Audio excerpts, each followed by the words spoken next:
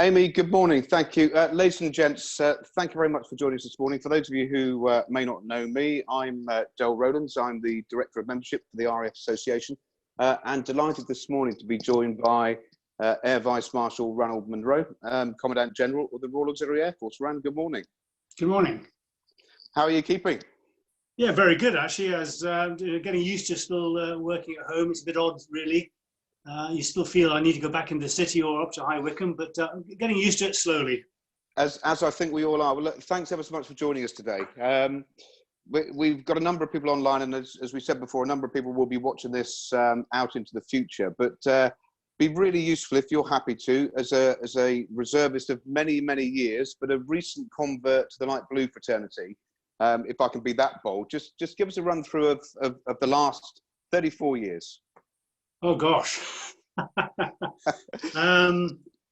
you know what? I'll try and go back even further than that. I'm a Scot, both parents Scottish, one from the East Coast, one from the West Coast, so perfectly balanced Scot. I was born in Malaya, and I know some of the audience or some of the RAFA members will have served there. I was born in Malaya, Kuala Lumpur. I went to boarding school between 4 and 8 years old up the Mountain Railway in the jungle in Penang. We came back to Scotland, Holland, and England. I went to boarding school in Edinburgh. When I was at school, they said to me, how about the army? Absolutely no way.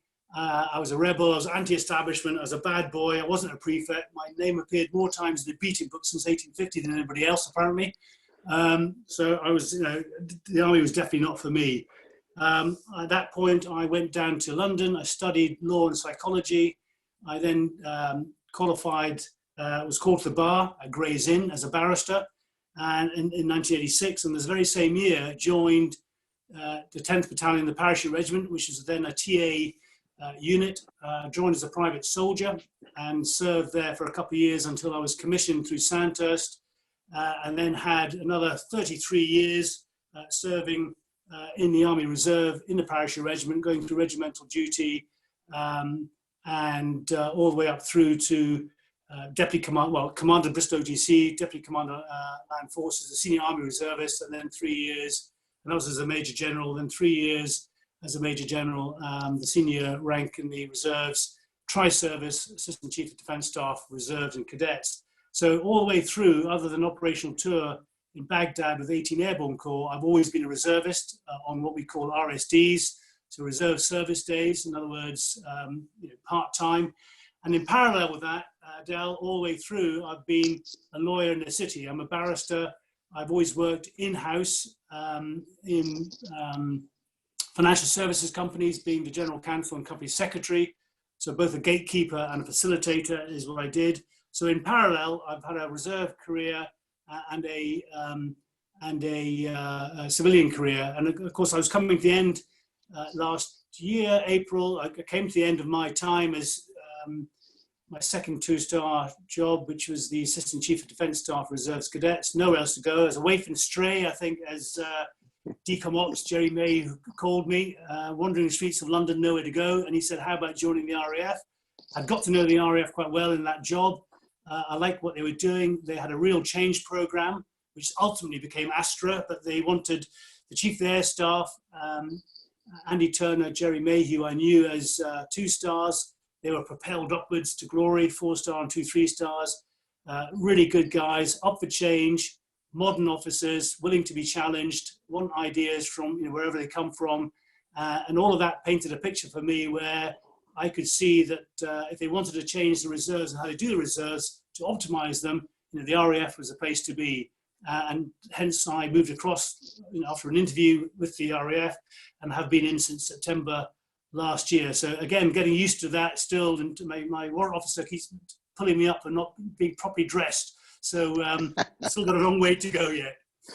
What sort of changes have you noticed, if I may, on the difference between your army service? You mentioned about the warrant officer giving advice, and quite right too, be lost without that. But main differences between army service and cutting across the light blue? Do you know, there are clearly differences, which I think probably are born out of things like, the very technical nature of what we do in the RAF, the small numbers or smaller numbers that we sort of operate in, the specialties we operate in, means that there's a different type of leadership, but nevertheless leadership. So the type of people we have, probably generally more, brighter, more qualified, generally in the army, although the army's pretty qualified now too. But certainly the size we are, the things we do, the technical nature, the safety aspects means we have a different style of leadership, different type of job we're doing that attracts a certain type of person. But the fundamentals, Del, the fundamentals are exactly the same.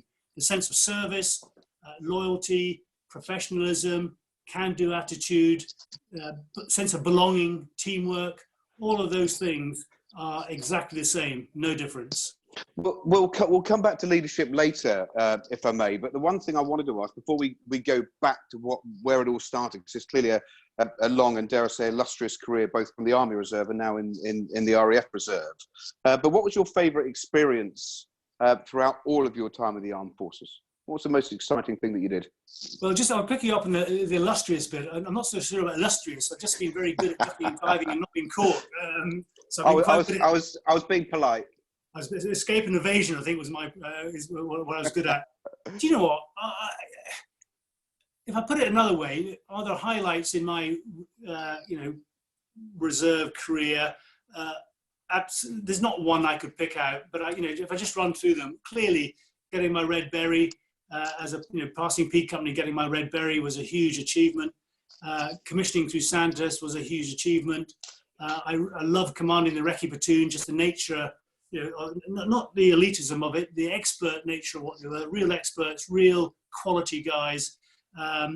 Really enjoyed that. I really thoroughly enjoyed being a company commander because you're really having real impact, coordinating all those assets under your command. Commanding Bristol OTC was fab. You can see that they're all different, but they all bring their different kind of, dealing with really quality guys in the parachute regiment versus talking to young men and women in the Bristol OTC who are at the start of their journey in life, and you're really shaping them and giving them confidence. I love that. Deputy Commander Land Forces, just because of where it was, the start of FR20, growing the reserves, great place to be. ACS RNC, strategic change, you can really influence things.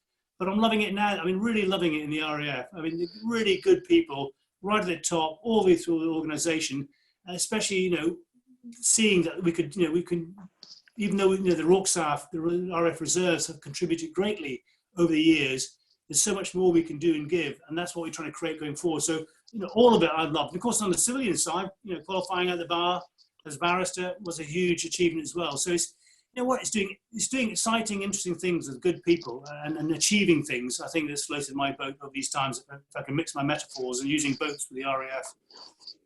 Are you heading towards a naval career next then? Is that where that's going? One, I'd be too old, and I'm sure that they wouldn't have me, so RAF would be absolutely fine for me right now. Although I had a beard about 2 weeks ago, and someone did suggest I was moving towards the Royal Navy with a beard like I had, but no, I'm hands full with the RAF. Thank you. You've mentioned a couple of things. Astra, I want to come back to, but you've mentioned youngsters in particular. And if we focus on reserve service, you've clearly had to balance a professional career in the city with some fairly hectic roles from a reserve perspective, and especially now. What advice would you give to somebody who had a busy civilian role but wanted to do something else and thought that a military career was for them, like Blue or Army for that matter? What advice would you give on somebody thinking about reserve service? Do you know what? If I just expand that from reserve service just generally to service, there's slight nuances, but again, fundamentally they are the same. I would say to anybody thinking about joining the military, if you want challenge, if you want to develop yourself, if you want to do exciting things, if you want to be part of history rather than just reading about it, if you want to belong to an organization that values you, if you want to feel that you belong to something and there are team members around you who care about you, if you want all of those things, then look no further than doing something with the military. Whether it's regular or reserve, or it's regular for a time, then back out again to civilian life and or the reserve. I can't think of anything better for a man or woman, a young guy or girl, to think about doing something with the military. You will not regret it. It'll be part of your story, your life story. you will lead a life less ordinary. So I'd absolutely say go for it. Whether it's regular or reserve. For reserve, I think in some ways there are different, slightly more difficulties. It's not 100% of what you do, but you know what? If you do it, you will find a way to make it work. And I'll be totally honest. When I joined 10 Para, I joined because I like the macho idea of red berries, pea company, jumping out of aeroplanes. I stayed in because of the experiences, the opportunities to develop yourself. But what kept me in all this time were the quality and guys and girls you serve with, and that sense of belonging that you're in it together with mates, who are friends and colleagues for life. And so don't start off necessarily thinking it's going to be a 33-year career.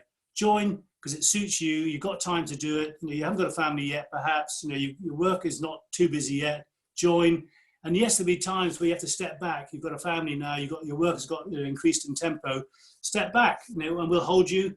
Do something, in suspended animation. Do something less taxing. And when life changes, you're back in again. Then you have opportunities to deploy abroad, training and operations with the RAF. And also, what's that quote? If you want something done, give it to a busy man or woman, because they'll find a way of prioritizing what they need doing, and they'll get to the kernel of what you need to do, rather than getting bogged down in nif-naf and trivia. You can make it work if you wanted to. You mentioned about not differentiating regular or reserve service there, and touched on something that I remember from my own time on the Future Reserves 2020 programme, about being able to go into regular service, then maybe ducking out for a while into reserve, and then maybe ducking back into regular. Is that anything that you're looking at in your current role?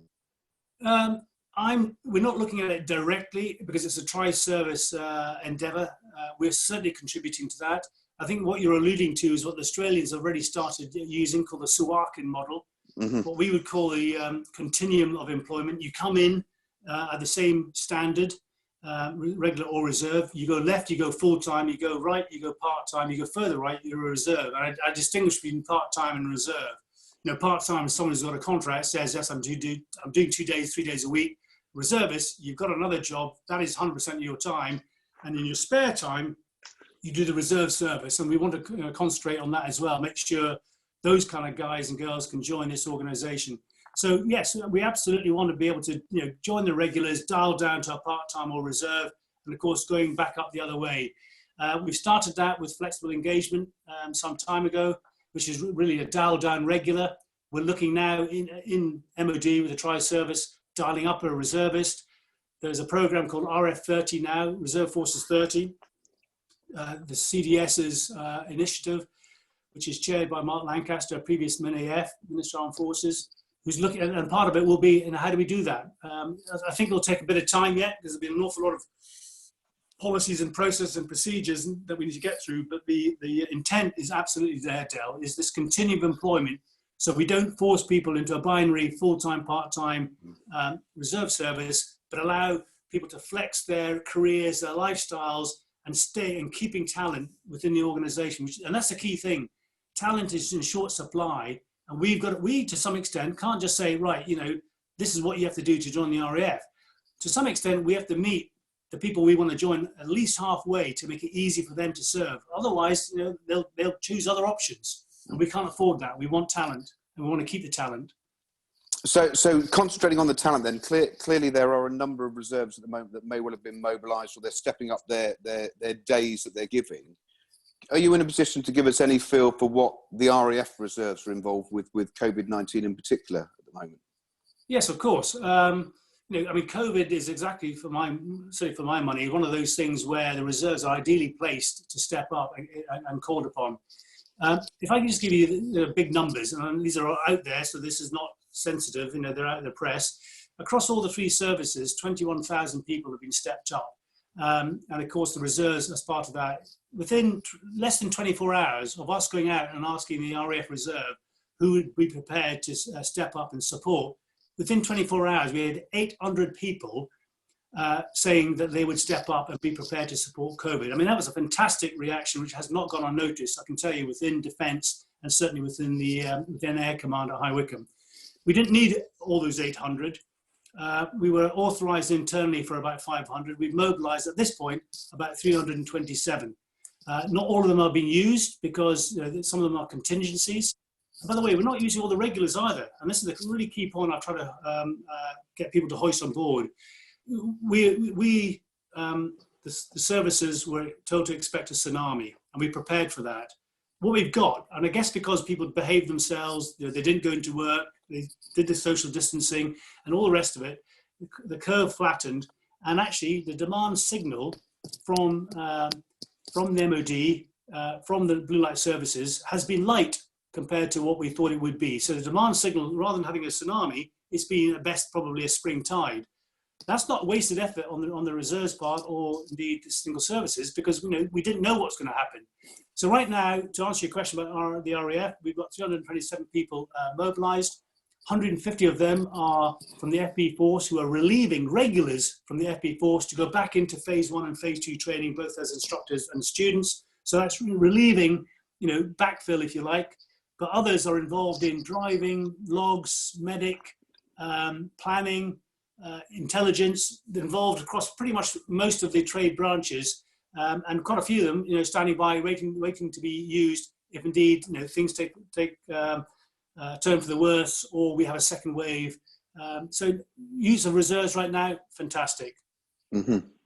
You spoke before about Astra and your work involved in Astra. Are you able to talk us through how the reserve construct may well fit with where Astra is taking the Royal Air Force for the future?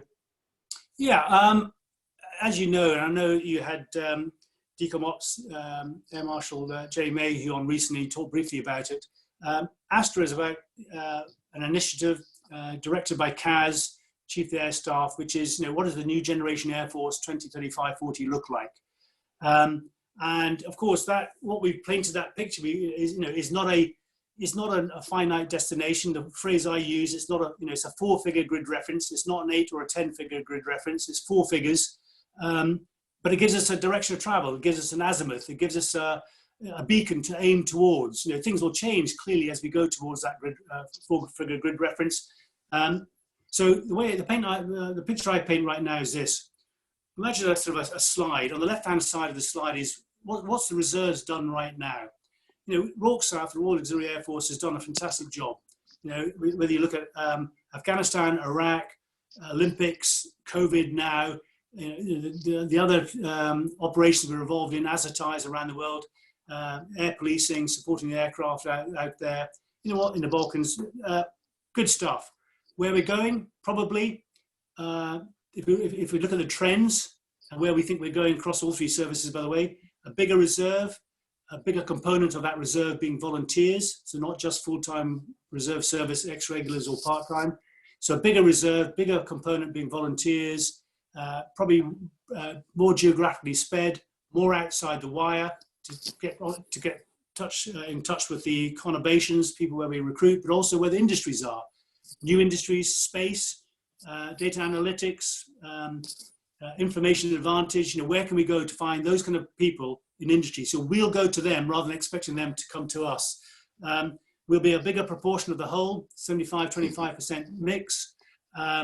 We want to get our gender and ethnic minority mix, going back to talent, we want to change that to have more females and more ethnic minorities in the RAF.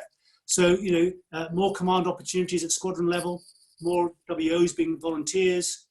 You can see there's a general trend there. It's about volunteers and how do we extrapolate and optimize the real talents that they can bring, the other ideas, not the groupthink that we all fall into, regular or reserve. So we're on the left-hand side, done very well. On the right-hand side is the direction of travel. This is a top-down directed activity. How do we change? What do we think the new generation Air Force will look like? What's the reserve component part of that? And some of those skills will lead, by the way, we're not just supporting. Space, I suspect, will lead.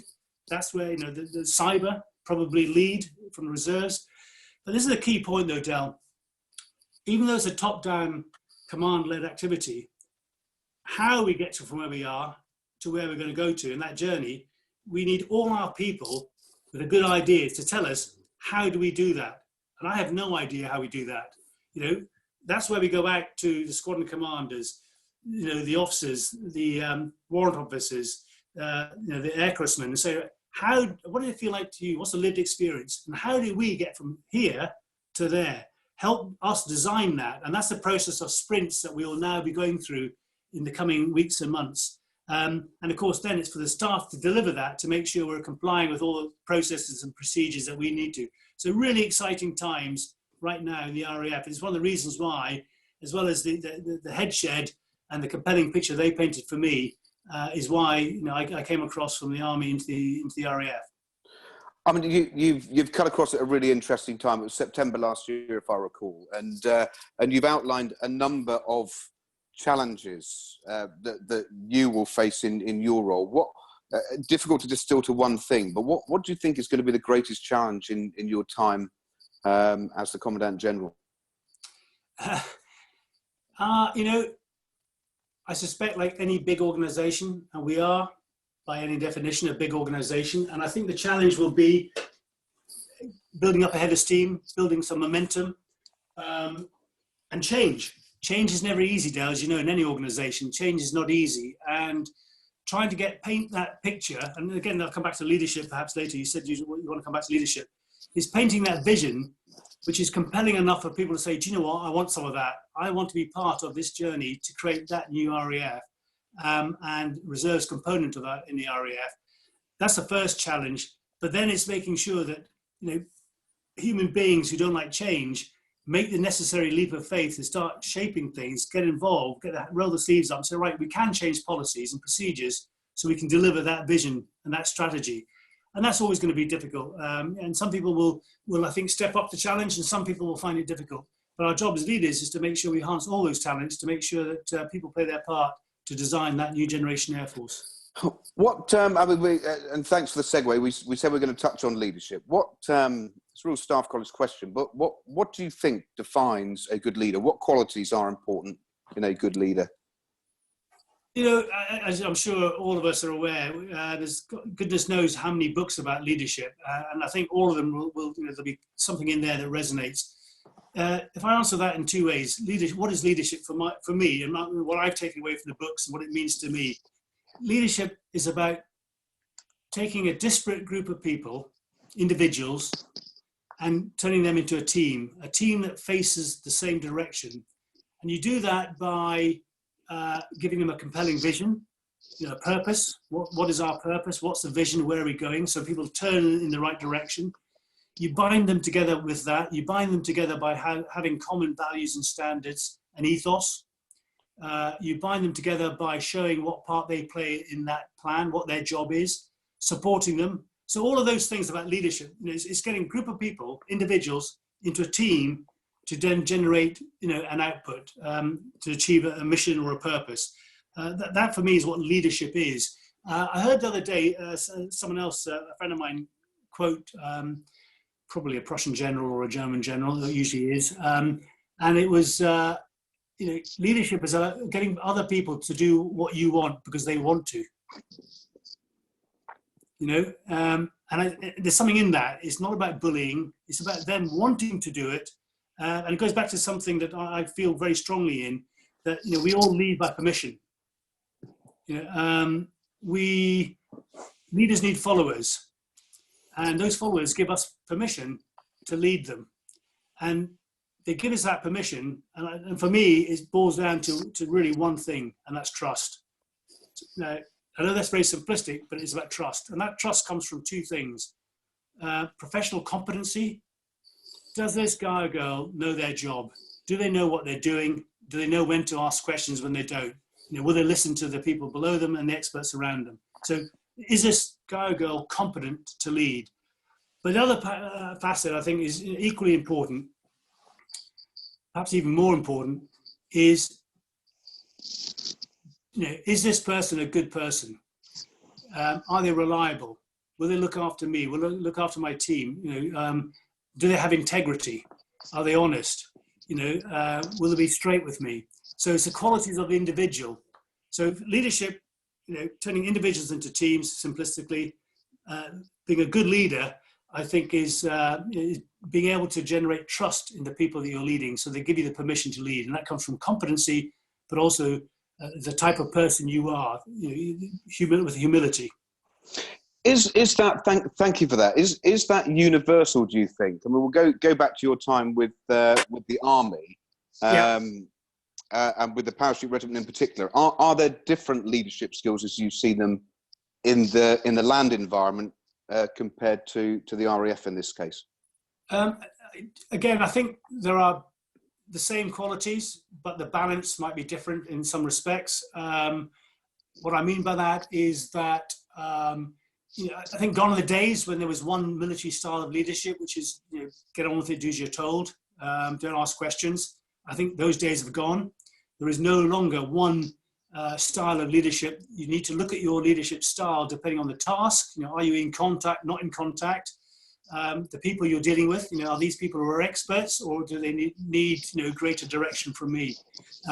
So I think there are different styles of leadership. You need to choose the right style that suits the circumstances, that suits the individual.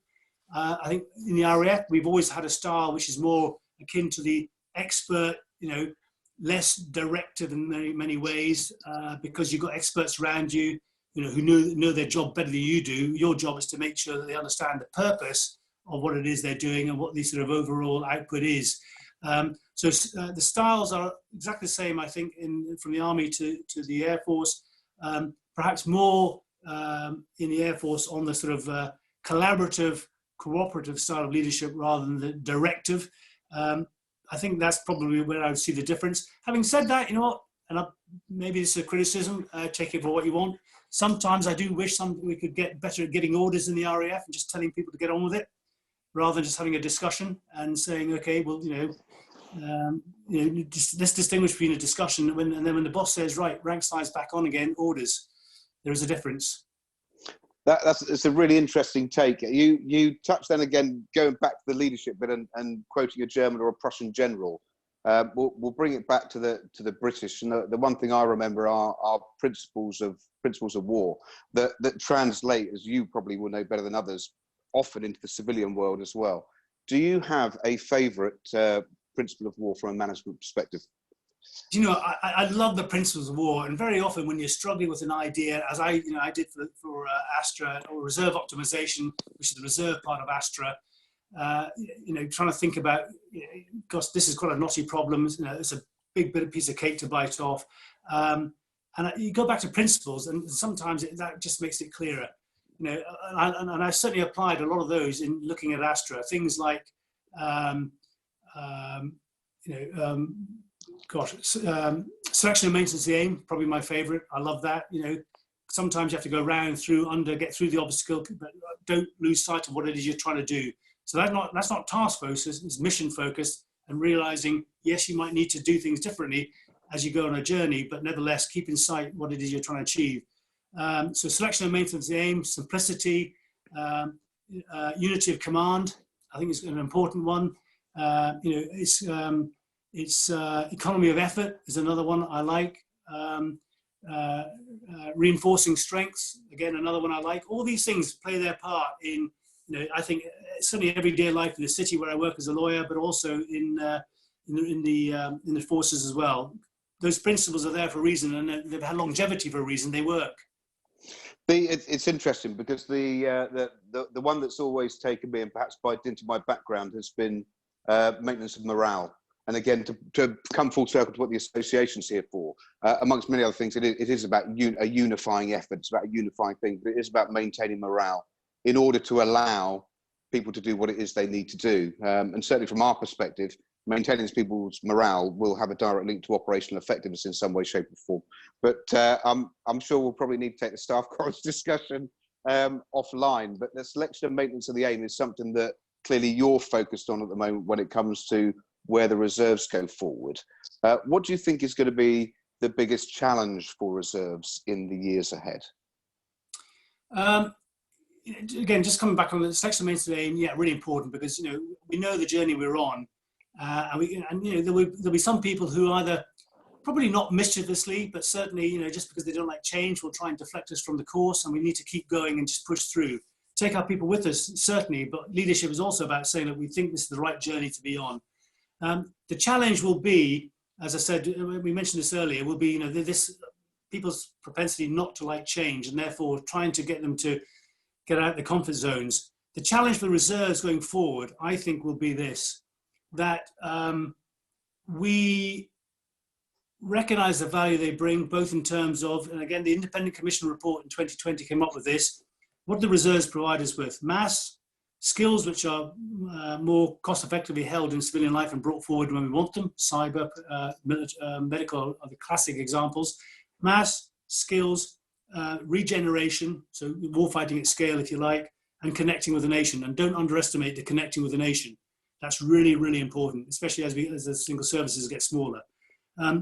So I think we know the value, and because we then want more of them, we then start talking about the routine use of reserves. And we're very good in the RAF reserves. About 51% of our daily output on RSDs, reserve service days, is on output, not just training. I mean, that's fantastic.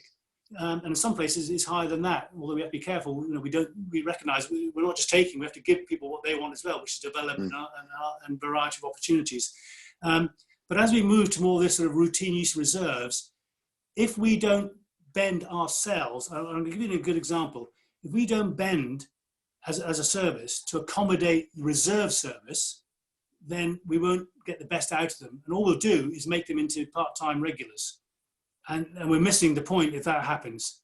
We want the skills that they bring in. We want the thought, the diversity of thought that they bring in. There's a fixed cost and fixed and variable cost element. They only cost us real money when we step them up into mobilised service. Otherwise, they're out there doing all those other things that we talked about, being able to do a COVID or connecting with the nation, providing homeland defence and resilience. So the challenge will be that we want more, but aren't prepared to change how we do our business to accommodate that reserve service. And we try and assimilate them rather than integrate them. Bear in mind, the whole force is a bunch of, it's regular reserve, those who've had a residual liability to serve, reservists, contractors, civil servants. So there's a whole panoply of actors who deliver output.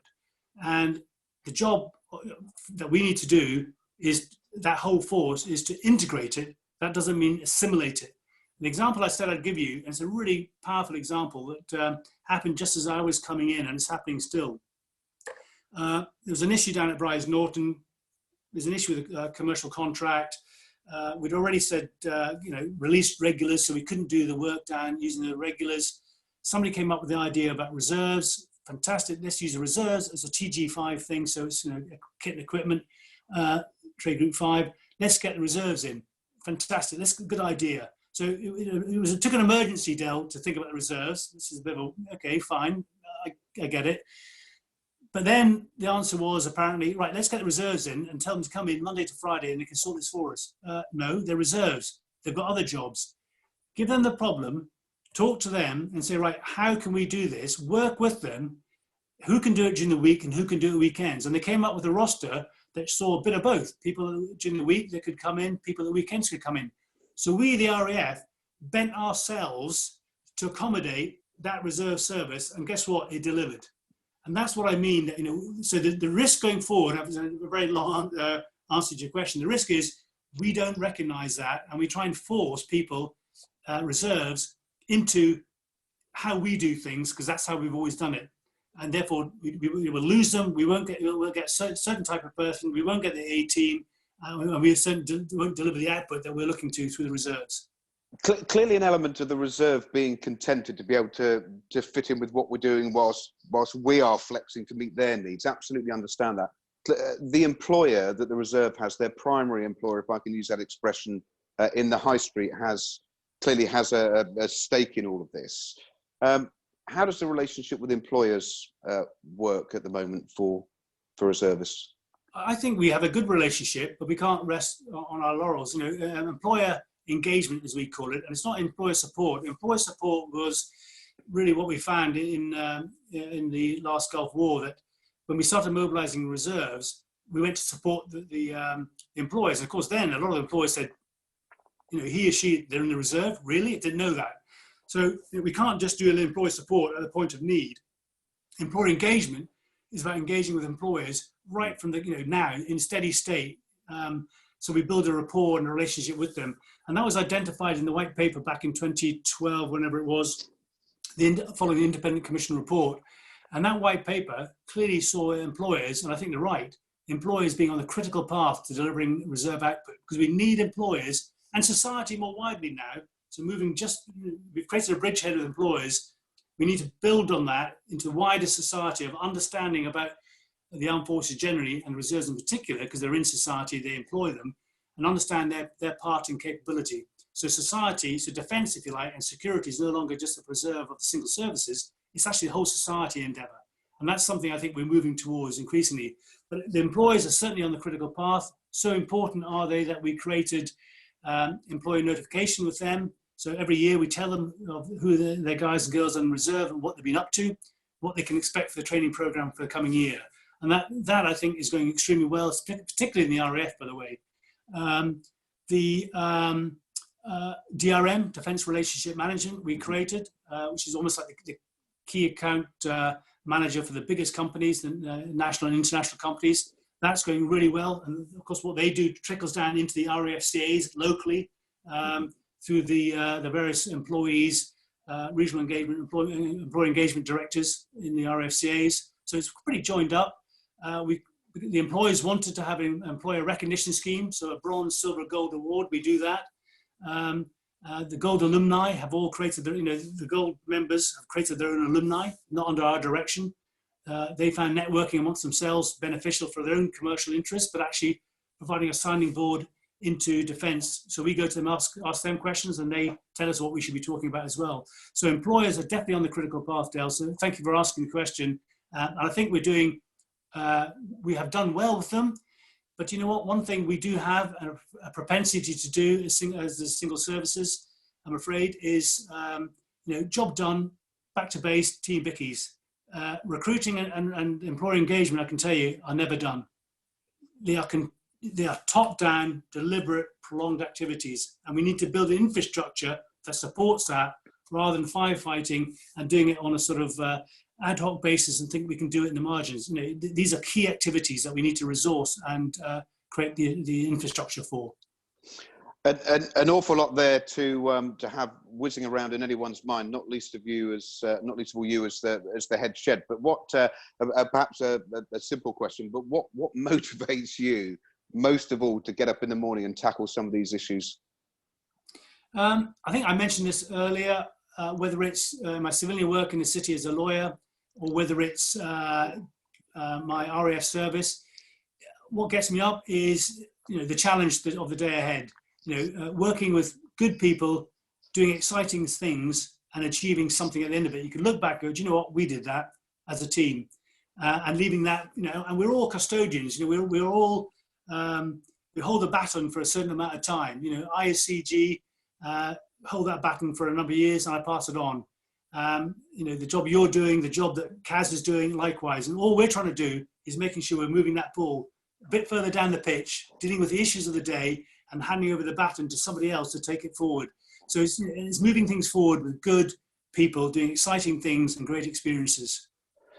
So, and talking of exciting things, then we're clearly finding ourselves in interesting times with social isolation, lockdown to varying degrees for many of us, a real change.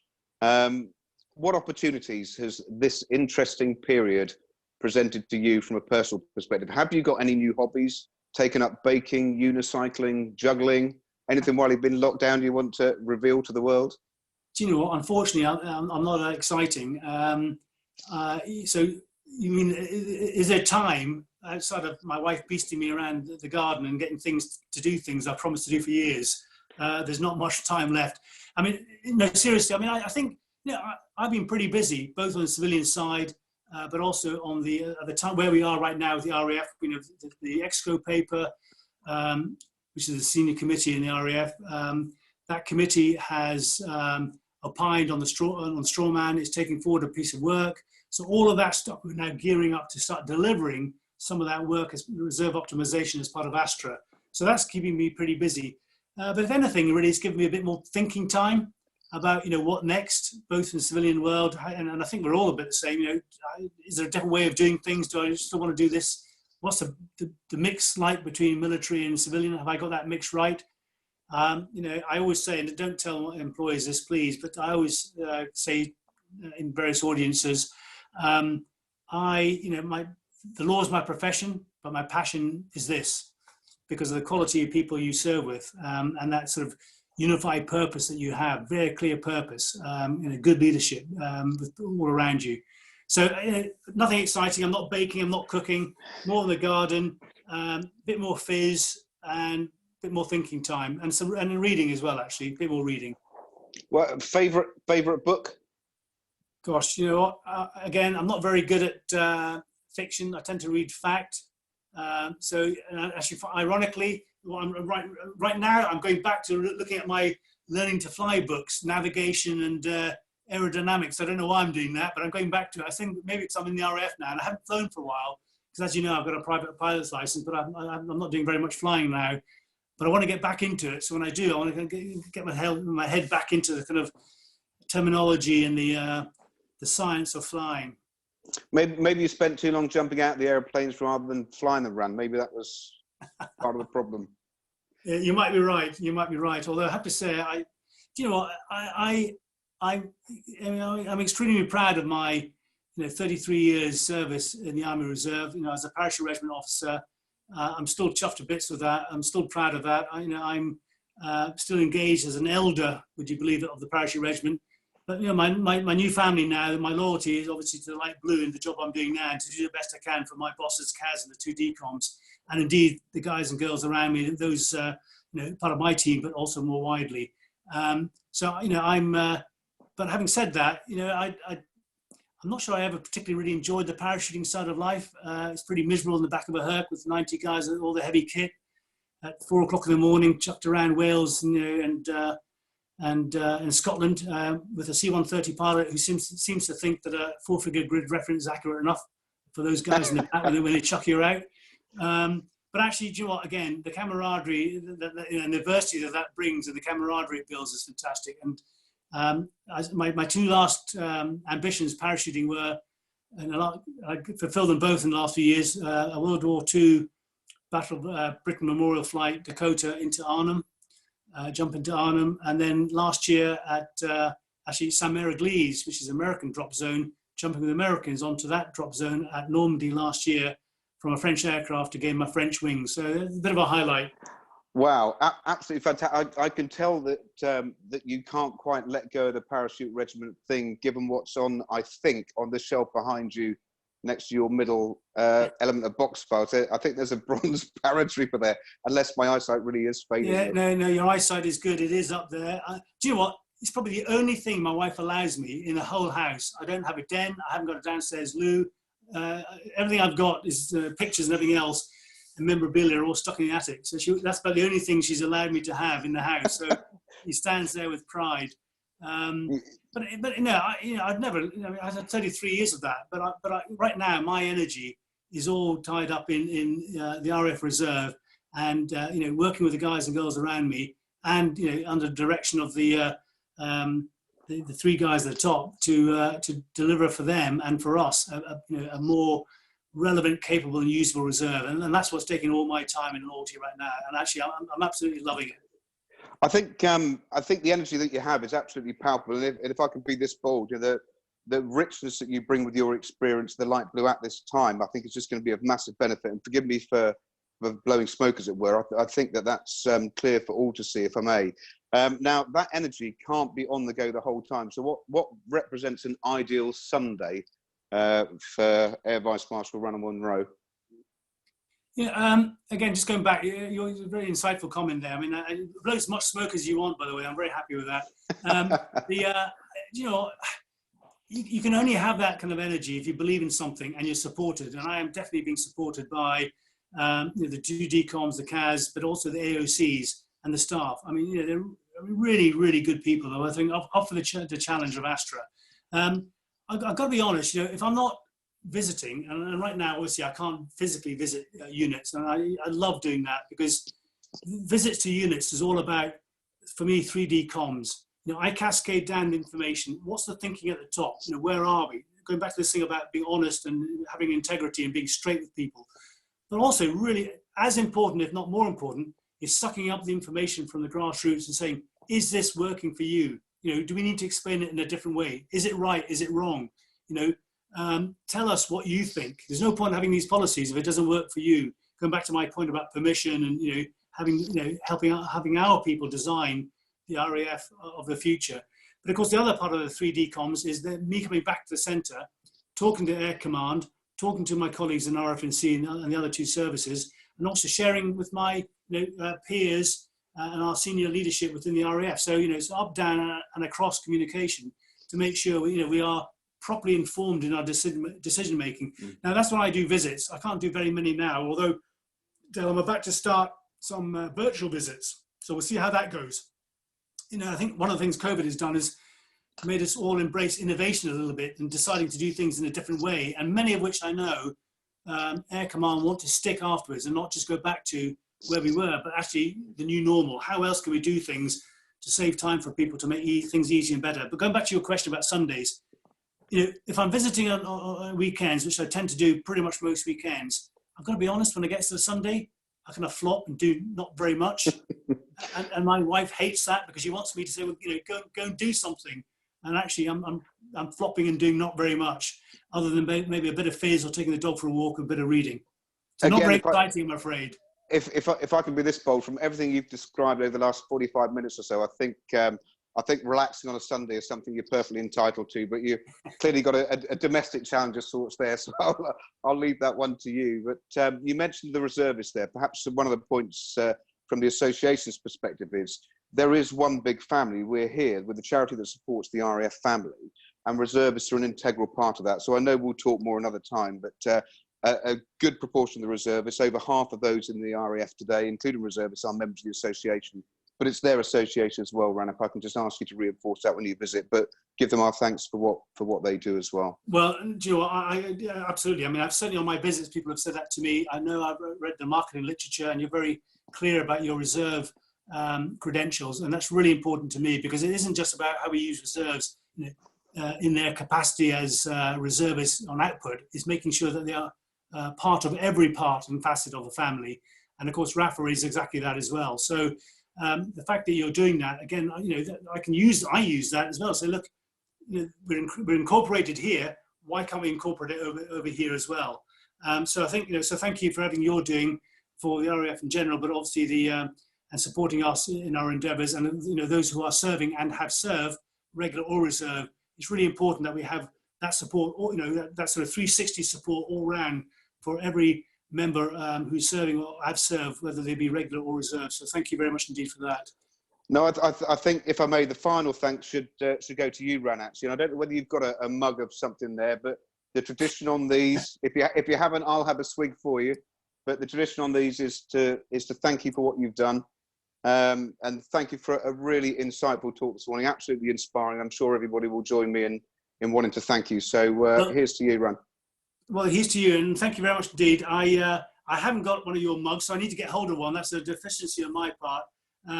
But thank you again, everybody, for listening. The reserve component is an important component of the RAF, and we need everybody to support us in achieving that output that we need to deliver for the RAF, and that's what this is about. It's output for the RAF, whether it's supporting, augmenting, or leading, as the case may be. So thank you for your time. I appreciate it. No, absolute pleasure. And the mug is our shortcoming. We'll make sure we get a mug to you. Mea culpa. Ran, on behalf of everybody, thanks very much. I'm just going to do a parish notice, if I may, and remind people that tomorrow at 11 o'clock, we've got Kirsty Murphy, the first and only female Red Arrow. And then also then on Thursday, that would be an interesting one to tune into. On Thursday, our aviation historian, Chris Goss, will be available at 11 o'clock as well. And everybody can catch up on all the sessions on the website, and you can email opconnect@rafa.org.uk if you have any suggestions. But the final thanks, Ran, if I may. Great to see you, inspiring as ever, and thanks very much, and thank everybody for joining us this morning. Yeah, no, thank you, and see you soon. See you on the other side. Take care of yourself. All the best. Bye.